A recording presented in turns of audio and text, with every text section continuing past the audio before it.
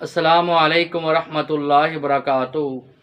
نحمدہ و نصلی علی رسولہ الکریم، اما بعد فاعوذ باللہ السمیع العلیم من الشیطان الرجیم، بسم اللہ الرحمن الرحیم۔ لیلۃ القدر کی تلاش اور اس کی فضیلت۔ آیا کہ لیلۃ القدر کس رات کو کہا جاتا ہے؟ کیا 27ویں جو رات ہے وہ لیلۃ القدر کی رات ہے؟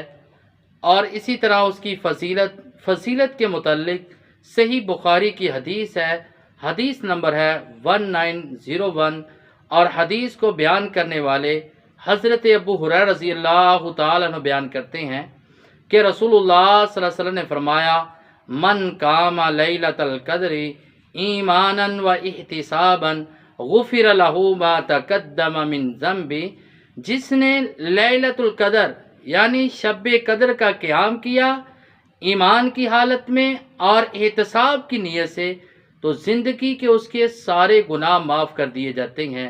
اس سے بڑی کیا فضیلت ہے، اس کی زندگی کے سارے گناہ معاف کر دیے جاتے ہیں۔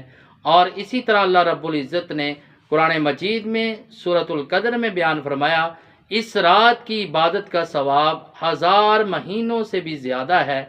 اب اس کی تلاش کیسے کی جائے گی؟ کیا یہ رات متعین ہے؟ اور اس کے بارے میں صحیح بخاری کی حدیث ہے، اور حدیث نمبر ہے 2017، اور حدیث کو بیان کرنے والی حضرت عائشہ رضی اللہ تعالی عنہا بیان کرتی ہیں کہ رسول اللہ صلی اللہ علیہ وسلم نے فرمایا، لیلۃ القدر کو رمضان کے آخری عشرے میں طاق راتوں میں اس کو تلاش کرو۔ جس طرح وہ کون کون سی طاق راتیں ہیں؟ 21ویں، 23ویں، 25ویں، 27ویں اور 29ویں۔ یہ 5 راتیں ہیں، پانچوں کا قیام کرنا ہے، پانچوں میں اس کو ڈھونڈنا ہے، تلاش کرنا ہے۔ بعض لوگ سمجھتے ہیں کہ 25ویں رات ہے، بعض لوگ صرف 27ویں رات کا قیام کرتے ہیں اور اسی پر یقین کرتے ہیں کہ یہی رات ہے۔ نہیں، یہ ان کی غلط فہمی ہے۔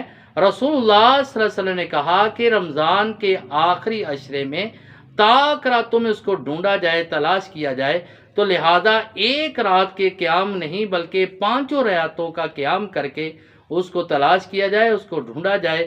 اور پھر جس وقت لیلۃ القدر کی تلاش عبادت ہم سمجھتے ہیں صرف جاگنا ہی عبادت ہے، بلکہ جاگ کر عبادت کرنا، نفل نوافل پڑھنا، قرآن کی تلاوت کرنا، تسبیحات پڑھنا، اللہ کا ذکر کرنا، یہ تمام چیزیں اس رات ہونی چاہیے۔ صرف جاگنا، کھانا پینا، یہ کوئی لیلۃ القدر کی تلاش نہیں ہے، بلکہ اصل مقصد اللہ کی عبادت ہے۔ اللہ تعالیٰ سے دعا کہ اللہ تعالیٰ ہمیں اس پر عمل کرنے کی توفیق عطا فرمائے۔ وما علینا الا البلاغ المبین۔